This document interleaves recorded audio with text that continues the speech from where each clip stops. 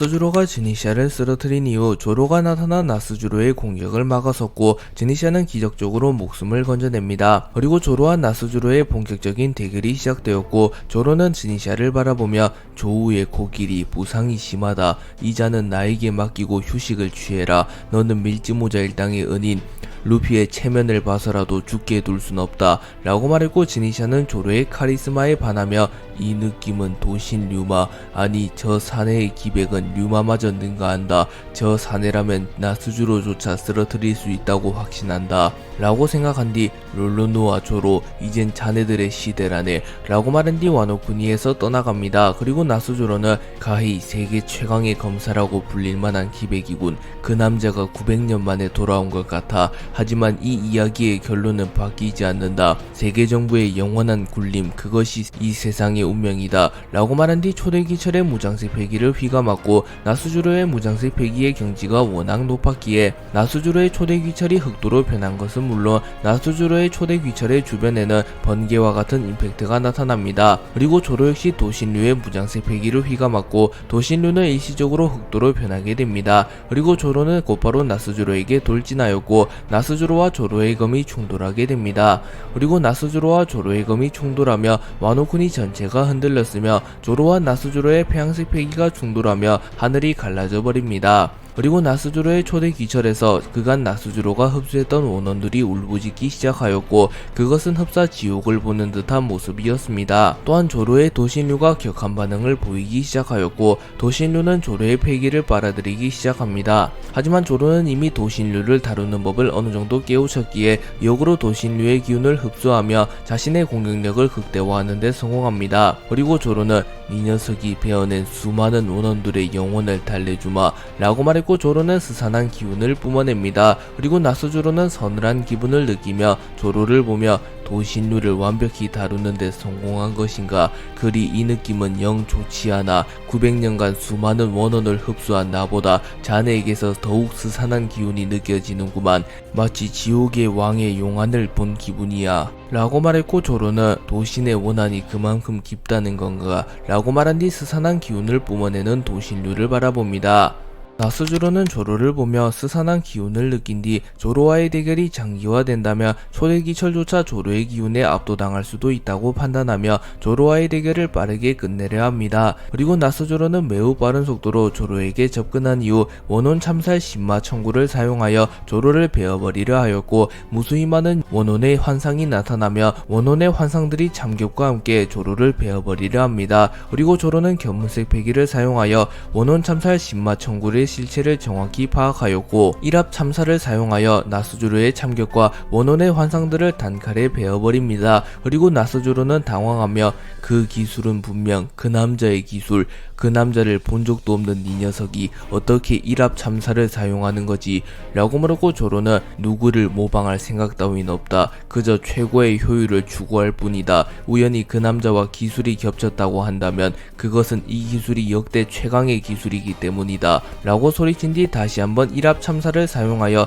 나스주로의 복부를 베어버리는 데 성공합니다. 그리고 나스주로는 찰나의 순간 자신의 복부에 무장색 패기를 누르며 조로의 공격의 데미지를 최소화시키는 데 성공했으나 조로의 일합 참살이 워낙 강력했기에 나스주로는 복부에 큰 상처가 나게 됩니다. 하지만 나스주로는 전혀 위축되지 않았고 곧바로 자신의 초대기철의 폐양색 패기를 휘감은 이후 조로를 베어버리려 합니다. 하지만 조로는 견문색 패기를 활용하며 나스주로의 공격을 방어해낸 이후 순간적으로 화도 일문자와 엠마를 칼집에 꽂으며 자신의 검의 형태를 일도류로 바꾼 이후 도신류의 무장색 패기를 누른 뒤 자신의 스승 미우크의 기술인 흑도 천하를 사용하여 나스주로의 하체를 베어버리는 데 성공합니다. 그리고 나스주로는 일전에 미우크와의 대결을 떠올리며 이 기술은 매눈의 기술, 아니 매눈과 같은 기술이지만 더욱 날카롭고 예리하다 라고 생각합니다. 그리고 조로는 아수라 발검 망자의 장난을 사용하여 나스주로의 목을 베어버리려 합니다. 하지만 나스주로 역시 둘째가라면 서러울 만한 검사이기에 순간적으로 조로의 검의 궤도를 틀어버리며 조로의 균형을 잃게 만드는 데 성공했고 귀하심 천참격을 사용하여 조로의 복부를 베어버리는 데 성공합니다. 그리고 조로는 피를 흘리며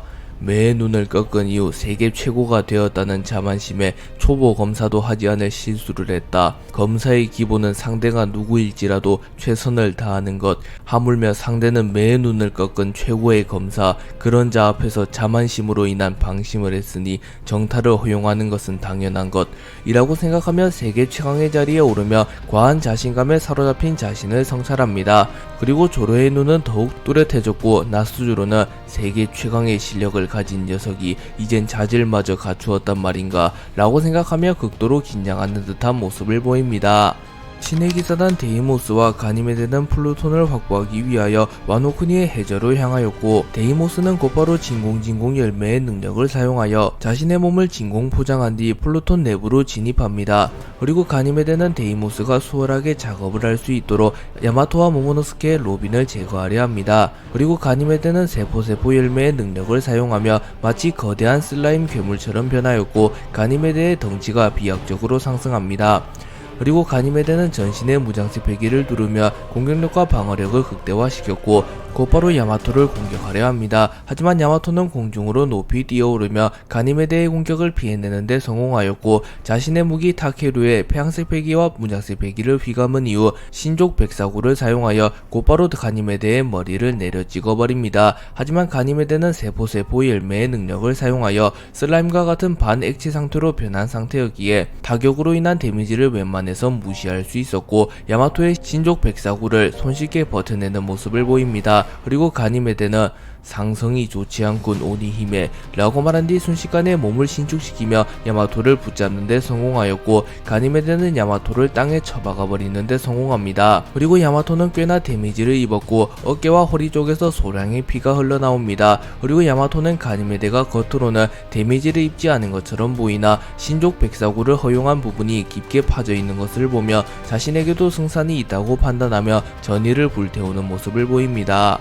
야마토는 가니메데와 한 차례 합을 주고받은 이후 개개열매 모델 오우쿠치노 마카미의 능력을 사용하여 인수용 오우쿠치노 마카미로 폼을 변환합니다. 그리고 야마토는 자신의 무기인 타케루의 폐양색 폐기를 휘감은 이후 가니메데를 향해 달려갔고 곧바로 가니메데의 앞면을 내려 찍으려 합니다. 그리고 가니메데는 여유로운 모습을 보이며 타격으로는 결코 나를 꺾지 못한다. 카이도우 정도의 내명팔기면 모르겠다만 네 녀석은 아직 많이 부족하다 라고 소리친 뒤 야마토의 공격을 허용한 이후 곧바로 카운터를 날릴 준비를 합니다. 하지만 그 순간 야마토는 악마일매 능력을 사용하여 가니메데의 머리를 얼려버리는 데 성공하였고, 야마토는 곧바로 내명팔개를 사용하여 얼어붙은 가니메데의 머리를 내려 찍어버립니다. 그리고 가니메데는 머리가 얼어붙으며 야마토의 공격을 온전히 흡수하지 못했고 이전보다 훨씬 큰 데미지를 입게 됩니다. 그리고 가니메데의 변신이 풀려버리게 되었고, 가니메데는 다시 인간형 모습으로 돌아왔으며 꽤나 큰 충격을 입었기에 머리에서 피가 흐르고 있었습니다. 그리고 야마토는 기회를 놓치지 않고 빠르게 돌진하며 가니메데의 복부를 타격하는 데 성공하였고, 가니메데는 야마토의 공격을 연이어 허용하며 결국 충격을 입으며 쓰러집니다. 에이스는 해군이 와노쿠니를 침공했다는 소식을 듣고 야마토와 함께 와노쿠니로 지원을 갖고 그곳에서 스모커와 격돌하게 됩니다. 그리고 에이스는 스모커에게 판정승을 거두었고, 에이스는 스모커보다 먼저 정신을 차립니다. 그리고 에이스는 쓰러진 스모커를 바라보며 분명 알라바스타에선 평범한 해군 중 한 명이었는데 지금은 해군을 대표하는 강자가 되었군. 만약 내가 할배의 바람대로 해군에 들어갔더라면 이 녀석과는 좋은 동료가 되었을 텐데 아쉽군 이라고 생각합니다. 그리고 그 순간 에이스는 견문색 베개를 통하여 조로와 나스조로의 대결을 눈치챘고, 이 섬에 나보다 강한 녀석이 둘이나 있다는 건가? 역시 세상은 넓군. 밀짚모자일당의 그 검사 녀석과 한 명은 누구지? 해군에 그런 강자가 있었나? 뭐 누가 됐던 세계 최강의 검사에게 맡겨둔다. 루피가 믿는 녀석인데 이런 곳에서 패배할 리는 없지 라고 생각합니다. 후규는 나스주로와 함께 와노쿠니로 향하였고 와노쿠니에서 조로와 격돌하게 됩니다. 그리고 로쿠규는 조로에게 패배하였고 위기에 봉착하게 되었으나 악마일매 능력을 사용하여 조로로부터 도주하는 데 성공했고, 조로 역시 나스주로를 쫓고 있었기에 무리하여 로쿠규를 추적하진 않습니다. 그리고 로쿠규는 악마열매 능력을 사용하여 와노쿠니의 상공에서 비행하고 있었고 세계의 정상의 벽이 이렇게나 높다니 롤로누와 조로 이젠 내가 감당할 수 없는 위인이 되었구만. 하지만 결국 이 전쟁의 승전보를 울리는 것은 우리라고 라고 말하며 정신승리를 하며 웃음을 짓습니다. 그리고 로쿠규는 와노쿠니의 해저 입구에 집결한 해군들을 목격하게 되었고 로쿠규는 곧바로 와노쿠니의 해저 입구로 향합니다. 그리고 모몬가 중장은 로쿠규 대장이라고 말했고 로쿠규는 모몬가 중장 지금 이게 무슨 상황이오? 해군의 대다수가 이곳에 집결해 있다니 라고 말하며 현 상황에 대하여 물어봅니다. 그리고 모몬가는 현재 해군은 신의 기사단과 합류한 상태, 신의 기사단 가니메데와 데이모스님은 해저로 진입하여 고대병기 플루톤을 확보하려 하고 있습니다 라고 말해줍니다. 그리고 로쿠규는 허면 해저에는 신의 기사단을 제외하면 아무도 없는 건가? 라고 물었고 모몬가는 신의 기사단이 해저로 진입하기 이전 밀지모자 일당 니코로빈과 프랑키가 진입하긴 했습니다. 그들이 신의 기사단을 막아설 리는 없기에 플루톤을 확보하는 것은 문제없어 보입니다 라고 말합니다. 하지만 로쿠규는 견문색 배기를 통하여 해저에서 격렬한 전투가 이어지고 있다는 것을 파악하였고 라하하하 쥐새끼 하나가 기어 들어간 모양이군. 해군 전원은 이곳을 막아서고 있어라. 나는 직접 해저로 향하겠다. 아마 밀지모자 일당의 조력자가 나타난 모양이야 라고 말했고 스트로베리는 당황하며 그러고 보니 분명 불주먹이 이곳에 나타났었죠. 설마 신흰수염 해적단이 지원을 이라고 말했고 로쿠규는 그렇다면 해저에 있는 것은 불사조 마르코인가? 뭐 그 녀석이라면 신의 기사단을 막아설 수 있지. 사실상 신의 기사단에서 갈링성과 이오를 제외한다면 해군대장급 전력은 없으니 말이야 라고 중얼거립니다. 그리고 로쿠규는 곧바로 와노쿠니의 해저로 진입합니다. 로쿠규가 와노쿠니의 해저로 향하는 사이 야마토와 가니메데의 대결이 고조되어 가고 있었고 가니메데는 야마토에게 정탈을 허용한 이후 세포 열매의 능력을 사용하여 빠르게 세포를 재구성하며 몸을 재생합니다. 그리고 가니메데는 숨을 헐떡이며 이 기술은 어느 능력자의 회복 능력보다 뛰어나다고 자부한다. 하지만 체력 소모가 워낙 심하기에 하루에 기껏 한 번밖에 사용하지 못하지. 더 이상 정탈을 허용한다면 위험하다 라고 생각합니다. 그리고 야마토는 질긴 녀석이군. 마치 마르코를 상대하는 것 같아. 하지만 이 세상에 무한정 회복할 수 있는 녀석은 없어 라고 말한 이후 결착을 짓기 위하여 곧바로 가니메데를 향해 뛰어옵니다. 그리고 가니메데는 자신의 양주먹에 무장색 패기를 휘감은 이후 곧바로 야마토의 공격을 맞받아쳤고 야마토의 타케로와 가니메데의 주먹이 충돌했고 야마토와 가니메데 둘 다 밀려나는 모습을 보입니다. 그리고 코즈키 스키야키는 이를 보며 야마토 그토록 오뎅이 되고 싶다고 말하더니 오뎅 그놈과 엇비슷한 멋진 전사가 되었어 라고 말하며 흰수염과 로저를 만나기 이전에 오뎅을 떠올리며 야마토의 레벨이 그 정도로 올라왔다고 말합니다. 그리고 로비는 야마토와 가니메데의 대결을 지켜보며 저 둘의 실력은 백중세. 이쯤에서 내가 개입하지 않는다면 야마토는 이기더라도 큰 부상을 입을 거야. 정정당당 따위를 따질 때가 아니라고 라고 생각하며 데모니오 플루루를 사용하여 가니메데를 붙잡았고 가니메데는 당황하며 젠장 니코 로빈이 있다는 걸 깜빡했군 이라고 말했고 로빈은 야마토 지금이야 라고 말합니다. 그리고 야마토는 곧바로 가니메데를 마무리 짓기 위하여 자신의 타케루의 폐양색 베개를 휘감은 이후 개개열매 모델 오우쿠치노 마카미의 능력을 사용하여 얼음을 부여한 이후 뇌명팔개를 사용하는 기술인 한랭 뇌명팔개를 사용하여 가니메데를 마무리 지으려 합니다. 야마토가 한랭 뇌명팔개를 사용하여 가니메데를 마무리 지으려는 순간 와노쿠니의 해저로 진입한 로쿠규가 나타났고 로쿠규는 숲순열매의 능력을 사용하여 거목 실드를 사용하여 야마토의 공격을 막아섭니다. 그리고 가니메데는 로쿠규 대장이라고 말하며 매우 기뻐하는 듯한 모습을 보였고 로쿠규는 웃음을 지으며 라하하하 늦지는 않았나보. 헌데 불사조 마르코가 아닌 카이도우의 딸이 나타났을 줄이야 라고 말했고 로쿠규는 덩굴줄기를 사용하여 야마토를 포박하려 합니다. 하지만 야마토는 타케루를 사용하여 덩굴줄기를 끊어내는데 성공하였고 야마토는 다급해하며 로빈 여기서 도망쳐. 저 두 녀석을 묶어둘 수 있는 시간은 고작 몇 분밖에 되질 않아 라고 말합니다. 하지만 로쿠규는 아니 소용없다고. 이미 입구에는 해군들이 가득하다. 이제 곧 스모커 중장마저 합류할 것이니 네 녀석들은 진퇴양난의 상황에 놓인 것이나 다름없다 라고 말하며 야마토 로빈을 체포하려 합니다. 하지만 야마토는 희망을 놓지 않으며 아니 스모커는 이곳에 못 와. 에이스가 분명 스모커를 쓰러뜨렸을 거야. 에이스가 온다면 전세 역전이다. 로빈 그때까지만 버티는 거야 라고 말합니다. 그리고 모모노스케 역시 정신을 차리며 나 역시 가담하겠소. 에이스라면 반드시 근시에 나타날 것이요. 또한 조로주로 역시 와노쿠니에 있어. 그들이 있는 한 세계 정부가 플루톤을 가지게 될 일은 없을 것이요 라고 말합니다.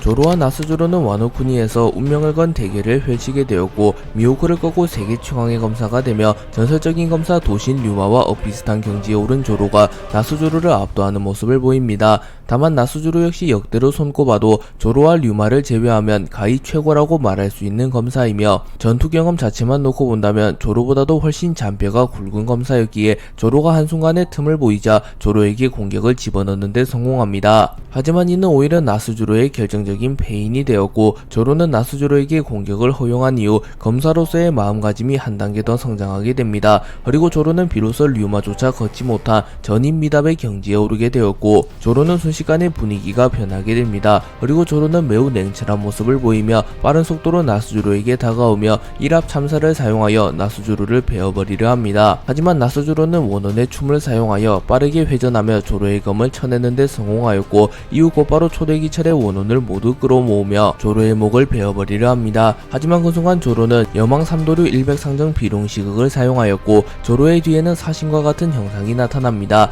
그리고 조로는 여망 삼도류 일백상정 비룡시극을 사용하여 나스조로의 복부를 그어버리는 데 성공하였고 나스조로는 몸이 토막나며 공중에 흩날리게 됩니다. 그러나 나스조로는 괴란한 회복력을 선보이며 다시 몸을 재생하는 데 성공하였으나 복부에는 영구적인 상처가 남게 되었고 나스조로는 난생 처음으로 죽음의 위기에 봉착하게 됩니다. 그리고 나스조로는 불로 수술을 받으며까지 세계의 정상에서 군림하던 인물이었기에 삶을 이어가고자 하는 욕구가 매우 강하였고 텔레파시를 통하여 오로성에게 지원을 요청하려 합니다. 그리고 세턴과 마스는 에그헤드로 향했으며 피터는 어인섬으로 향한 상태였기에 나스조로의 회신을 받지 못합니다. 그리고 마리조아에서 대기 중이던 워큐리만이 나스조로의 회신을 받는 데 성공합니다. 워큐리는 나스조로에게 나스조로 와노쿠니의 상황은 어떠하지? 고대병기 플루톤을 회수하는 데 성공했나? 현재 에그헤드 작전은 수포로 돌아갔다. 해적왕 루피가 난입하며 일이 꼬여버렸다. 현재 마스와 세턴은 복귀한 상태이나 심각한 부상을 입어 휴식을 취하는 중이다 라고 말하며 이미 에그헤드에서의 대결은 끝이 났으며 고대병기 우라노스를 회수하는 데 실패했다고 말합니다. 그리고 나스조로는 지친 듯한 목소리로 와노쿠니 역시 상황이 좋지 않다. 롤로노와 조로 생각보다 훨씬 강하더군. 마치 900년 전 그 남자를 상대하는 것 같다 라고 말했고 워큐리는 가망 없는 전투라면 도주를 고려해보는 것도 나쁘지 않다네. 이모님께서 최종전을 준비하는 이 시점 오로성 중 한 명이라도 전투에서 이탈하게 된다면 세계정부는 크나큰 위기를 맞이할 걸세 라고 말합니다. 그리고 나스조로는 기회를 엿보고 와노쿠니에서 탈출하겠네. 아쉽지만 와노쿠니 작전 역시 실패할 것 같네 라고 말했고 워큐리는 신의 기사단은 어디 있나? 자네가 롤로노와 조로에게 패배한다고 하더라도 고대병기 플루토만을 확보하면 큰 수확이라네 라고 말했고 나스조로는 약간의 고민을 한 이후 우선 내가 이곳에서 상황을 좀 더 지켜보겠네 라고 말합니다. 그리고 그 순간 조로가 나스조로의 다리를 베어버렸고 조로는 어이 대머리 검사 긴장하라고 거모간의 진검승부에서는 찰나의 순간이 승패를 좌우한다고 라고 말했고 나스조로는 온전히 재생되지 않는 자신의 다리를 바라보며 이제는 자신의 한계에 다다라가고 있다는 것을 느낍니다. 조로와 나스조로의 대결이 어느덧 막바지에 돌입했고 조로는 나스조로를 마무리 짓기 위하여 하늘과 땅에 존재하는 모든 것을 일합에 베어버리는 자신의 필살기 일합 천지 참수제를 사용하여 나스조로를 마무리 지으려 합니다. 그리고 조로는 곧바로 공중으로 튀어올랐고 자신의 검 세자루에 폐왕색 배기와 무장색 배기를 휘감았고 곧바로 일합 천지 참수제를 사용하여 나스조로를 공격합니다. 그리고 나스조로 역시 지금이 승부차라는 것을 깨달았고 나스조로 역시 자신의 필살기 귀향 참수천지 를 사용하여 조로의 일합천지 잠수제를 막아서려 합니다. 그리고 조로의 일합천지 잠수제로 인하여 와노쿠니의 일부 하늘 바다마저 베어졌고 잠시 동안 조로의 근처의 모든 것들이 원형의 형태를 잃어버리게 됩니다. 그리고 나스조로는 귀향 참수천지를 사용하며 덩치가 매우 커지게 되었고 나스조로는 바쿠스를 소환하는 데 성공하였고 이는 오로성의 최종폼과도 연관이 있어 보입니다. 그리고 나스조로의 초대기철이 흡수했던 모든 원혼들이 고통스러운 듯한 비명을 질러댔고 조로와 나스 나스조로의 대결이 펼쳐지는 장소는 마치 지옥을 방불케 하는 모습이 되었습니다. 그리고 조로의 일합천지 참수제와 나스조로의 귀양 참수천지가 충돌하게 되었고, 조로의 일합천지 참수제가 나스조로의 귀양 참수천지를 뚫어내는 데 성공하였고, 나스조로는 치명상을 입으며 양쪽 팔이 모두 절단되었으며 초대기철이 머리에 박히는 치명상을 입으며 무릎을 꿇습니다. 그리고 조로는 숨을 크게 들이마신 뒤 나스조로를 마무리 짓기 위하여 나스조로에게 다가갑니다. 조로는 나스조로를 쓰러뜨린 이후 곧바로 나스조로를 마무리 지으려 하였으나 자신의 일합천지 참수제로 인하여 전투 현장은 그야말로 황무지가 되어 있었으며 심지어 하늘과 바다마저 베어져 있었기에 쉽사리 나스조로의 위치를 파악하기란 어려웠습니다. 그리고 나스조로는 숨을 헐떡이며 굳이 나를 마무리 짓지 않는 건가? 아니면 설마 저 녀석도 최후의 공방을 주고받으며 쓰러진 건가? 라고 생각하며 조로가 자신을 마무리 짓지 않자 조로에게 무언가 사정이 생겼다고 생각합니다. 그리고 나스조로는 지금이 기회라고 생각하였고, 바코치의 형태로 변한 이후 곧바로 해안 쪽으로 뛰어가며 우선은 와노쿠니에서 벗어나려 합니다. 그리고 조로 역시 계속하여 나스조로를 찾고 있었으나 조로는 꽤나 심각한 계시였기에 결국 나스조로를 찾지는 못하였고, 조로는 허탈한 듯한 표정을 지으며 해안 쪽을 바라봅니다. 그리고 그곳에는 바코츠로 변한 채 빠르게 해안을 벗어나고 있는 나스조로가 있었고, 나스조로는 엄청난 회복력을 통하여 팔의 일부를 재생시킨 상태였습니다. 그리고 조로는 곧바로 나스조로를 추적하려 하나 그 순간 조로는 견무색 패기를 통하여 와노쿠니의 해저 쪽에서 로빈 프랑키가 해군과 혈투를 벌이고 있다는 것을 감지했고, 자신이 빠르게 지원을 가지 않는다면 동료들이 위험하다는 사실을 깨닫습니다. 그리고 조로는 나스조로를 추적할지 동료를 구하러 갈지 갈등하는 모습을 보였고, 이미 나스조로는 꽤나 멀리 도주했으며 자신이 길치라는 점을 감안한다면 나스조로를 뒤늦게 쫓더라도 확실히 잡아낸다고 보장할 순 없기에 우선은 동료들을 구하고 고대병기를 확보하는 게 우선이라고 판단하며 나스조로를 추적하는 것을 포기합니다. 그리고 조로는 도주하는 나스조로를 바라보며 진정한 거모라면 무릇 승부에서 패배하여 목숨을 잃는 것을 두려워하면 아니 된다. 저 녀석 출중한 실력을 가졌긴 하다만 검사로서는 완전히 실격인 녀석이군. 언젠가 다시 격돌하게 된다면 그땐 반드시 확실히 마무리 지어주마 라고 말합니다. 그리고 조로는 곧바로 와노쿠니의 해저로 향하나 역시나 길치답게 매우 헤매는 모습을 보입니다. 에이스는 스모커와의 대결 이후 정신을 차리는 데 성공했고 곧바로 야마토를 지원하기 위하여 와노쿠니의 해저로 향합니다. 그리고 에이스와 해군은 와노쿠니의 해저 입구에서 맞닥뜨렸고, 모몬가는 에이스를 경계하며 후방 상공에 불주먹 에이스가 나타났다. 현재 와노쿠니의 해저에선 로쿠규 대장과 신의 기사단이 밀지모자 일당으로부터 고대병기 플루톤을 회수하려 하는 중, 저 녀석이 해저로 진입하지 못하도록 막아라 라고 말합니다. 그리고 에이스는 꽤나 진지한 표정을 지으며 불필요한 살상을 하고 싶진 않은데 하지만 날 가로막는다면 자비를 베풀 수는 없다고 라고 말한 이후 불주먹을 사용하여 순식간에 해군 수백 명을 날려버립니다. 그리고 에이스는 유유히 와노쿠니의 해저로 걸어 들어가려 했고, 해군들은 자신들과 에이스의 격차를 잘 알았기에 섣불리 에이스를 막으려 하지는 못합니다. 하지만 그 순간 모몬가와 스트로베리가 나타나 에이스를 막아섰고, 모몬가는 눈앞에 초월적인 존재에게 겁을 먹는 것은 당연하다. 하지만 우리는 정의를 관철하는 해군, 우리가 악에 굴복하는 순간 세상은 악으로 물들고 만다. 너희들이 진정한 해군이라며 목숨을 버릴 각오로 이 녀석을 막아서라 라고 소리쳤고, 그제서야 해군들은 투쟁심을 되찾으며 에이스를 막아서려 합니다. 그리고 에이스는 만족한 듯한 웃음을 지으며 과연 해군본부 중장이라고 불릴만 하군. 할배가 봤으면 감동의 눈물을 흘렸을 테지.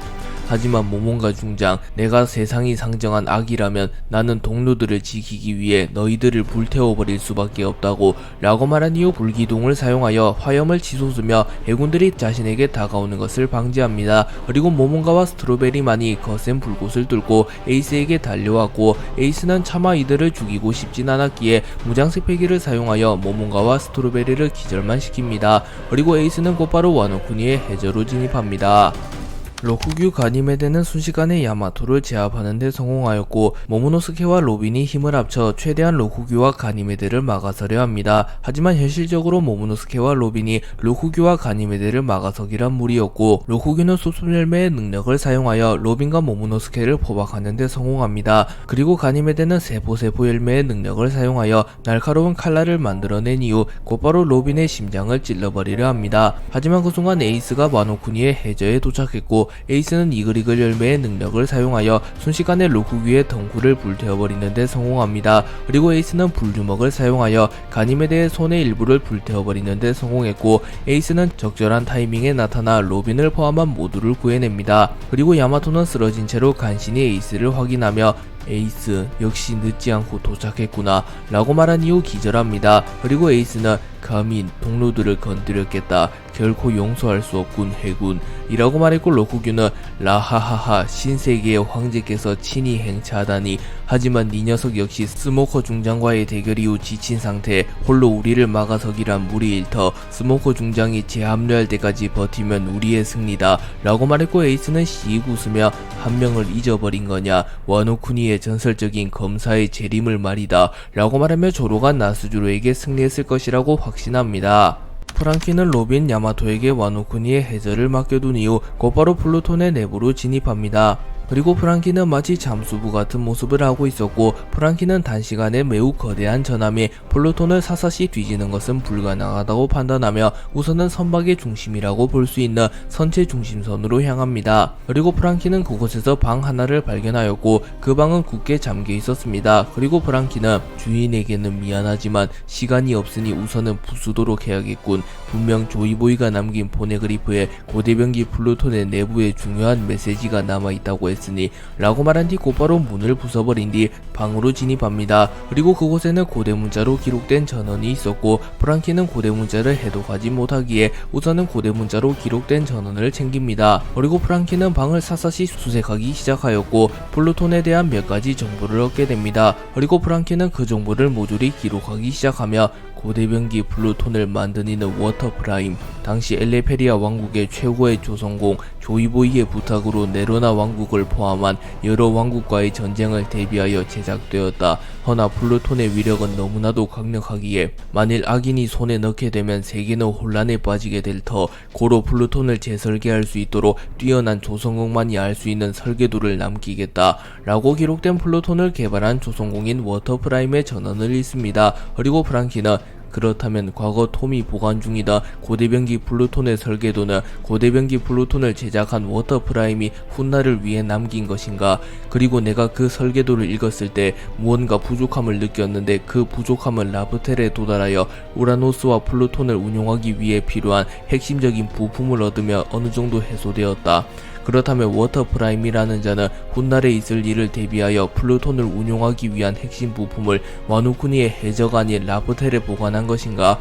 만약 세계정부에서 플루톤을 확보하더라도 온전히 그 힘을 사용하지 못하게 만들기 위해서 플루톤의 본체가 와노쿠니의 해저에 묻혀있고 플루톤을 운용하기 위한 핵심 부품이 라프텔에 있다면 세계정부는 플루톤을 손에 넣지 못할 테니 말이야 라고 생각합니다.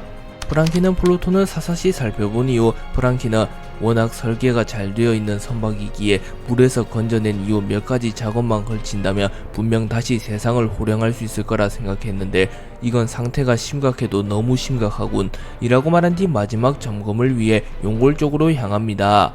프랑키가 플루톤의 용골 쪽으로 향했고, 용골은 선박의 기초로 불리는 부분으로 고잉 메리오 역시 용골이 완전히 망가졌었기에 프랑키는 더 이상 달리지 못한다는 진단을 내렸었습니다. 그래서 결국 고잉 메리오는 워터7에서 항해를 중단하게 되었었습니다. 그리고 프랑키는 플루톤의 용골을 보며 매우 충격을 받은 듯한 표정을 지으며 이건 용골의 상태를 논할 정도가 아니야. 이미 용골이 수백 년 전에 완전히 부식되었다고. 이 선박은 죽은 것이나 다름없어. 제 아무리 고대병기라 할지 라도 재사용하는 게 불가능한데 분명 이런 상태를 워터프라임도 알았을 텐데 고대병기 플루톤을 굳이 수장시켜 놓은 이유가 뭐지? 라고 생각하며 이미 망가진 고대병기를 굳이 와노쿠니의 해저에 보관한 이유에 대해 고민합니다. 그리고 프랑키는 그런 건가? 처음부터 플루톤은 미끼였나? 과거 세계정부는 고대병기 우라노스의 힘을 활용하여 해수면을 무려 200m나 상승시켰다고 들었다. 그리고 고대병기 플루톤 역시 마찬가지의 힘을 가졌지. 그렇기에 세계정부는 플루톤 플루톤을 확보하는 데 혈안이 되어 있을 것이다.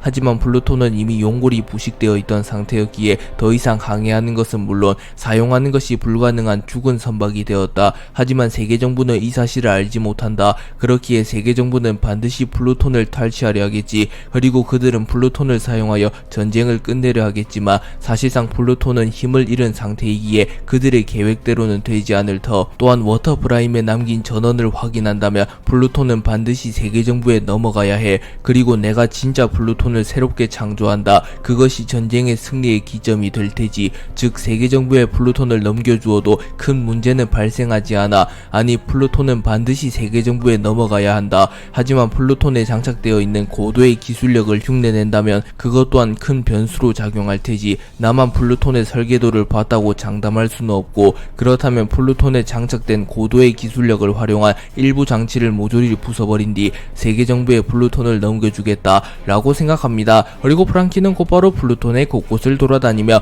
플루톤에 장착되어 있는 장치들을 무력화시킵니다.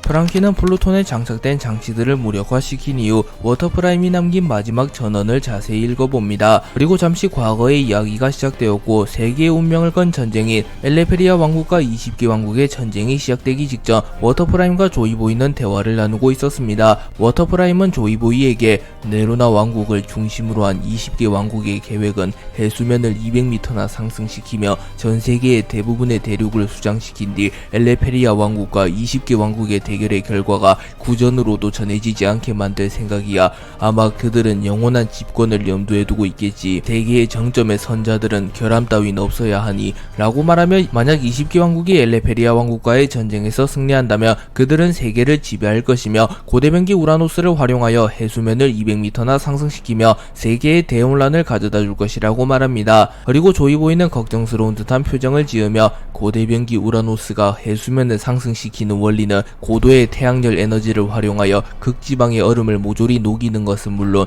기상이변 현상을 활용하여 전 세계의 해수면을 점차 늘려간다. 그리고 총 200m의 해수면이 상승하기 위해선 대략 100년이라는 긴 시간이 필요하다만 세계의 정점의 선자들에게 그 시간은 그리 길지만은 않겠지. 그렇기에 반드시 전쟁에서 승리하여 우라노스가 작동되는 일만은 막아야 한다. 설사 전쟁에서 패배하더라도 고대변기 우라노스가 그들의 손에 들어가선 안 돼 라고 말합니다. 하지만 조이보이의 우려대로 조이보이가 세계 정부에게 패배한 이후 우라노스는 세계 정부의 손에 들어갔습니다. 세계 정부는 우라노스를 활용하여 해수면을 200m나 상승시키는데 성공하며 성공적으로 공백의 백년을 만들어내는데 성공했습니다. 워터프라임은 내가 플루톤을 제작한 이유는 플루톤이라는 최강의 병기를 활용하여 자네가 전쟁에서 승리하기를 바라는 것도 있으나 만약 자네가 전쟁에서 패배하게 된다면 고대병기 플루톤의 힘으로 네로나 왕국을 포함한 20개 왕국의 힘을 억제하기 위함이네 라고 말했고 조이보이는 의아한 듯한 표정을 지으며 니시시시 그게 무슨 소리지. 분명 내가 플루톤을 타고 항해를 했을 때 별다른 이상현상을 느끼지 못했는데 라고 말했고 워터프라임은 나 역시 고대병기 우라노스의 정체를 알고 있었다네. 내가 고대병기 플루톤을 제작한 이유는 고대병기 우라노스의 힘을 억제하기 위함일세. 고대병기 우라노스가 작동되기 위해서는 너무나도 많은 에너지와 자원을 요구하기에 일정 조건이 충족되지 않는다면 고대병기 우라노스를 작동시킬 수 없을 것이세. 그렇기에 만약 누군가가 우라노스를 대체할 병기를 찾는다면 반드시 플루톤을 찾을 것일세. 하지만 나 역시 플루톤과 우라노스의 힘을 잘 알기에 그 힘이 악인의 손에 넘어가는 것을 볼 수만은 없다네. 그렇기에 나는 플루톤의 설계도를 이 세상에 남겼고 현재 실제하는 플루톤에는 특수한 시스템을 도입시켜 놨다네 라고 말하며 훗날 악인이 플루톤을 차지하는 것을 방지하기 위하여 플루톤의 특수한 시스템을 도입해 놓았다고 말합니다. 그렇기에 프랑키 역시 이 기록을 확인한 이후 일부러 세계 정부에 플루톤을 넘기기로 결정한 것입니다. 조이보이는 워터프라임에게 그 시스템이란 무엇이지? 라고 물었고 워터프라임은 만약 누군가가 토시토닉을 사용하지 않고 고대병기 플루톤을 사용하게 된다면 플루톤은 그 자리에서 폭발하고 말 걸세. 그렇기에 토시토닉이 없다면 고대병기 플루톤 역시 무용지물이 되는 것이지. 토시토닉은 자네에게 맡기겠네. 만약 자네가 패배하더라도 토시토닉을 자네의 카미테키와 함께 보관하며 훗날 자네들을 대신하여 세계를 구원할 전사가 나타난다면 반드시 그들이 플루톤의 온전한 힘을 사용할 수 있게 될 걸세. 그렇다면 그들은 분명 운명을 건 전쟁에서 승리할 걸세 라고 말했고, 조이보이는 이무와의 대결에서 패배한 이후 세상에 원피스를 남기게 될 때 자신의 카미테키와 토시토닉을 함께 남기며 이 모든 것을 원피스라 칭합니다. 그리고 조이보이는 우라노스를 운용하기 위하여 필요한 핵심 부품인 솔리스도 확보하게 되었고, 솔리스 역시 함께 남기게 됩니다. 그리고 워터프라임의 예언대로 밀지모자 일당이 토시토닉을 차지하게 되었으며, 프랑키가 플루톤의 설계도를 외우게 되며 밀지모자 일당은 플루톤의 온전한 힘을 다룰 수 있게 되었고, 세계정부와의 대결에서 승리하게 됩니다. 그리고 프랑키는 이 모든 기록을 확인한 이후 플루톤을 세계정부에 넘기게 된다며 세계정부는 토시토닉 없이 플루톤을 사용하게 될 것이며, 그렇게 되면 사실상 자폭하게 되는 것과 다름없음을 깨달으며 워터프라임의 해안에 감탄하는 모습을 보입니다. 프랑키가 플루톤에 장착되어 있는 장치들을 무력화시키는 사이 자신의 몸을 진공 포장하여 플루톤의 내부로 진입한 신의 기사단 데이모스가 등장했고, 데이모스와 프랑키는 마주하게 됩니다. 그리고 데이모스는 이런 벌써 플루톤의 내부를 샅샅이 뒤지고 있다니 허난 이 녀석은 플루톤을 옮길 방법 따위는 없다 라고 말하며 별도의 능력을 지니지 않은 프랑키가 플루톤을 옮기는 것은 불가능하다고 말합니다. 그리고 프랑키는 그것은 너도 마찬가지 아닌가 라고 물었고, 데이모스는 웃음을 지으며 나는 진공 열매를 먹은 진공인간, 플루톤을 진공 포장한다며 세계정부로 옮기는 것도 무리는 아니지 라고 말합니다. 그리고 프랑키는 플루톤은 이미 망가진 선박이나 다름없다. 또한 너희 세계정부는 플루톤을 운용하기 위한 핵심 장치도 없는 것으로 아는데 라고 물었고, 데이모스는 뭐 그런 것까진 관심이 없다고, 그저 상부의 오로성들께서 원하시니 나는 플루톤을 마리조아로 옮길 뿐이다 라고 말합니다. 그리고 프랑키는 플루톤을 지키고자 하는 마음이 없기에 밖의 동료들은 무사하겠지, 그들의 목숨을 보증해준다면 순순히 플루톤을 넘기지, 하지만 그들의 목숨에 위협을 가한다면 나는 이곳에서 폭탄을 터뜨려 플루톤을 영원히 사라지게 만들 테다 라고 말했고, 데이모스의 입장에서도 플루톤을 확보하는 것이 우선이었기에 프랑키의 제안을 받아들이며 프랑키와 함께 우선은 밖으로 빠져나가기로 합니다. 그리고 프랑키는 조로와 동료들을 믿었기에 그들이 세계정부에게 패배했을 거라고 생각하지 않으나 워터프라임의 한수를 믿었으며 자신이 플루톤을 재창조해야 한다는 것을 알았기에 동료들을 생각하는 척하며 세계정부에게 플루톤을 자연스럽게 넘겨주기 위하여 연기를 하였던 것이었습니다. 그리고 데이모스는 프랑키의 함정에 빠지게 되었고, 프랑키와 워터프라임의 의도대로 움직이게 됩니다. 한편 프랑키가 플루톤을 들고 데이모스와 대치하는 사이 에이스가 나타나 로쿠기와 가니메데로부터 야마토, 로빈, 모모노스케를 지켜내는데 성공합니다. 그리고 에이스와 로쿠기, 가니메데는 대치하게 되었고, 에이스는 스모커와의 대결 이후 매우 지쳤으며 부상을 입은 상태였기에 빠르게 결착을 지으려 합니다. 하지만 로쿠기는 그러한 에이스의 심정을 간파했고 시간을 끌면 나스주로와 스모커가 합류할 때까지 에이스를 묶어놓으려 합니다. 그렇기에 로쿠기와 가니메데는 소극적인 자세를 취하며 에이스의 공격을 방어하는 데만 급급했고, 에이스는 조금은 분노한 듯한 표정을 지으며 해군 본부의 대장이라고 불리는 녀석과 세계정부 최후의 방패라고 불리는 녀석이 도망치는데 급급하다니, 그것도 부상을 입은 나를 상대로 말이야 라고 말합니다. 하지만 로쿠규는 에이스와의 심리전에 휘말리지 않으며 라하하하 시간은 우리 편이라고 불주먹 이라고 말합니다. 그리고 에이스는 곧바로 로쿠규에게 접근하여 불주먹을 사용하여 로쿠규의 근처에 있는 나무를 모조리 태워버렸고, 에이스의 공격의 여파로 인하여 와노쿠니의 해저에도 불이 붙습니다. 와노쿠니 해저에 불이 붙자 코즈키 스키야키는 이런 해저가 붕괴될 위기로군, 야마토군, 모모군, 로빈양 어서 빨리 대피해야 하네 라고 말했고, 로빈은 아직 프랑키가 나오지 않았어요, 조금 더 기다려 보도록 하죠 라고 말합니다. 그리고 에이스는 자신이 더 무리하게 된다며 해저가 완전히 붕괴되며 자칫하면 수장될 수도 있다고 판단하며 곧바로 공격을 중단하였고, 로쿠규와 가니메데 역시 무리하여 에이스와 대치할 이유는 없었기에 자신들도 공격을 멈춰섭니다. 프랑키와 데이모스는 협정을 맺은 이후 동시에 플루톤에서 빠져나와 와노쿠니의 해제의 모습을 드러냅니다. 그리고 로빈은 프랑키 고대병기 플루톤을 확보한 건가? 라고 물었고, 프랑키는 슬픈 듯한 표정으로 연기를 하며 고개를 젓습니다. 하지만 프랑키는 아무도 눈치채지 못하도록 로빈에게 몰래 윙크를 하였고, 로빈은 프랑키가 플루톤을 순순히 포기했을 리가 없다고 믿었기에 프랑키에게 무언가 계획이 있음을 알아차립니다. 그리고 데이모스는 고대병기 플루톤은 세계정부가 확보했다, 저 녀석은 고대병기 플루톤을 넘기는 대가로 밀지모자 일당을 포함한 자신의 동료들의 안전을 요구했다 라고 말했고, 가니메데는 하지만 나스주로 성의 명령이 없으면 저들을 놓아줄 수 없는데 라고 말했고, 에이스는 분노하며 프랑키 무슨 소리지, 고대병기를 순순히 저들에게 넘긴다니 라고 말했고, 프랑키는 연기를 하며 여기서 시간을 더 지체하면 우리들은 목숨을 잃을지도 몰라, 고대병기보다는 목숨이 소중하다고 라고 소리칩니다. 그리고 에이스는 실망스러운 듯한 표정으로 루피의 동료가 고작 목숨 때문에 고대병기를 포기하다니 라고 생각합니다. 하지만 그 순간 로빈이 에이스에게 프랑키에게 무슨 계획이 있나봐, 프랑키는 절대 플루톤을 포기할 남자가 아니야, 에이스 프랑키를 믿어줘 라고 말했고, 에이스 역시 루피를 믿었기에 루피가 인정한 녀석이라면 분명 무언가 계획이 있을 터 라고 생각합니다. 그리고 로후규는 고민을 마치며 고대병기 확보가 우선이다, 약속대로 저들을 보내주도록 하지, 만약 불주먹 에이스가 날뛰기 시작한다면 고대병기를 확보하기도 전에 해저가 붕괴되어 버릴 테니 말이야 라고 말합니다. 밀지모자 일당 측이 순순히 플루톤을 넘겨준 이후 곧바로 해제에서 빠져나갔고, 데이모스는 진공진공 열매의 능력을 사용하여 고대병기 플루톤을 진공 포장하기 시작합니다. 그리고 데이모스는 아무래도 크기가 크다 보니 최소 반나절은 포장해야 될 것 같소 라고 말했고, 로후규는 그렇다면 해군은 우선 물러나도록 하지, 나스주루 성도 연락이 닿지 않고 해군이 이곳에 머무른다면 이목이 집중될 것이고 자칫하면 밀지모자 루피, 빨간머리 샹크스와 같은 거물이 나타날 수도 있으니 말이오 라고 말합니다. 그리고 로후규는 해제에서 빠져나가 해제의 입구를 지키고 있던 해군들에게 철수 명령을 내렸고, 와노쿠니의 해제에는 가니메데와 데이모스만이 있었습니다. 그리고 데이모스는 진공진공 열매의 능력을 사용하여 고대병기 플루톤을 진공 포장하여 성지 마리조아로 옮기는데 성공하였고, 표면적으로는 세계정부가 와노쿠니에서 큰 수확을 올립니다. 하지만 이는 프랑키와 워터프라임의 함정이었고, 이는 훗날 세계정부와 밀지모자 일당의 최후의 전쟁에서 스노우볼로 작용합니다.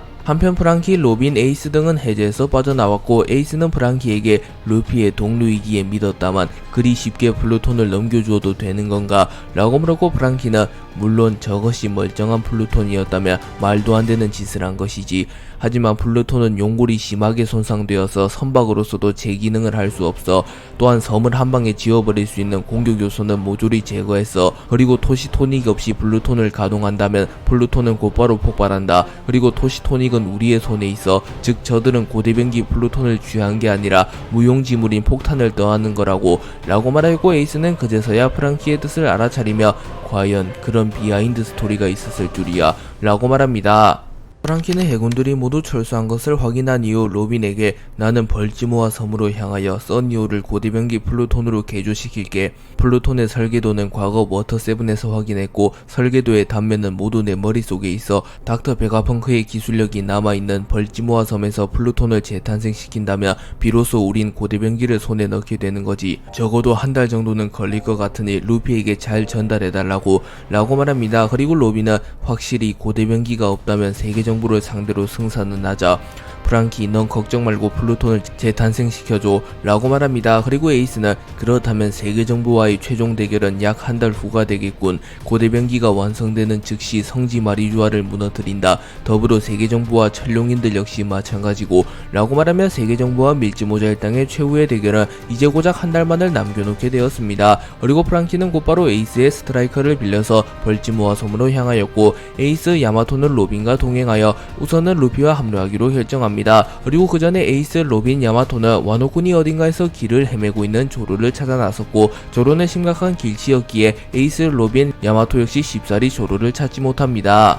조로는 나스조로를 쓰러뜨린 이후 곧바로 밀지모자 일당과 합류하였으나 특유의 길치스러운 모습을 보이며 쉽사리 동료들을 찾아내지 못합니다. 그리고 조로는 와노쿠니의 정글과 같은 곳으로 가게 되었고, 조로는 땀을 삐질 흘리며 이런, 이곳은 저번에도 와본 것 같은데 도대체 여긴 어디야 라고 중얼거립니다. 그리고 조로는 부상을 회복 중인 스모커와 마주하였고, 조로는 곧바로 칼을 꺼내들며 연기 자식, 이 녀석이 와있을 줄이야, 로그타운에서부터 정말 끈질기군 이라고 말했고, 스모커는 매우 허탈한 듯한 표정을 지으며 상층부의 영감은 네 녀석에게 패배하고 도주한 건가? 아까 보았던 거대한 말이 상층부의 영감인가? 라고 물었고 조로는 그래 그 녀석은 나에게 패배하고 도주했다. 검사로서 절대로 해서는 안 되는 짓인데 목숨을 부지하기 위해 자존심을 버릴 줄이야 라고 말했고 스모커는 부하들이 아직 투쟁 중인데 목숨을 부지하기 위해 도주하는 상관이라니 이거 참 해군본부의 중장으로서 체면이 서질 않는군. 세계를 대표하는 얼굴의 수준이 이거밖에 안 된다니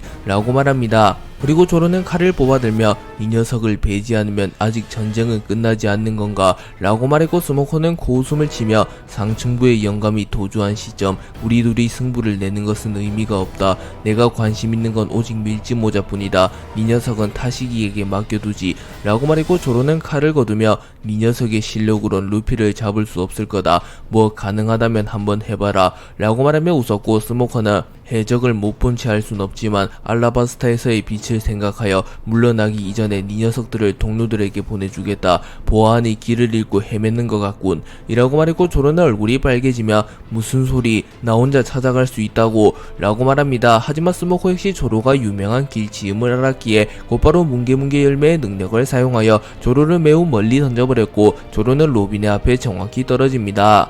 스모커는 조로를 로빈에게 배송한 이후 곧바로 로쿠규와 합류하였고 로쿠규는 스모커 중장 설마 불주먹에게 패배했나 라고 물었고 스모커는 담배를 피며 그렇게 되었소 라고 말하였고 로쿠규는 라하하하 뭐 그럴 수도 있지 이번 작전은 성공적이다. 고대병기 플루톤을 확보했으니 말이야 라고 말합니다. 하지만 스모커는 심기가 불편한 듯한 표정을 지으며 상층부의 영감이 부하들을 놔두고 도주했소. 전투에서 지휘관의 부재는 곧 패배 우리는 해적놈들에게 완벽하게 패배했소 라고 말합니다. 그러나 로쿠규는 아니 결과적으로 플루톤을 확보했으니 아무런 문제가 없다고 더군다나 나수주로성은 이 세상의 신이 굳이 위험을 감수할 필요는 없지 라고 말했고 스모커는 찝찝한 듯한 표정을 지으며 진정 세계정부가 정의가 맞는가? 계급이 오르면 오를수록 세계정부의 요직이 오르면 오를수록 세계정부가 정의가 아니라는 생각이 드는군. 밀짚모자 루피에 의해 세계정부가 붕괴된다면 세상에는 대혼란이 찾아올 거다. 하지만 세계정부가 영원토록 군림하는 건 역시 안 될 일. 그렇다면 내가 새로운 해군 원수가 되어 적폐청산을 하는 수밖에 없는 건가? 라고 생각하며 스모커는 더 이상 진급을 거부하지 않으며 아카이누에 이은 새로운 해군 원수가 되어 자신이 직접 세계정부를 개편하고자 하는 생각을 가집니다.